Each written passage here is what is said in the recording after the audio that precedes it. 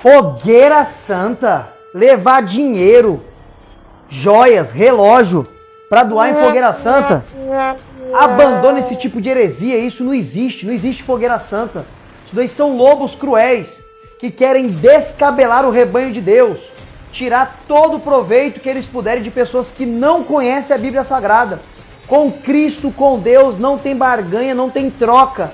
Ele abençoa porque Ele é bom. Sai dessa presepada e dessa heresia de fogueira santa. Isso não existe, é só para roubar o seu dinheiro.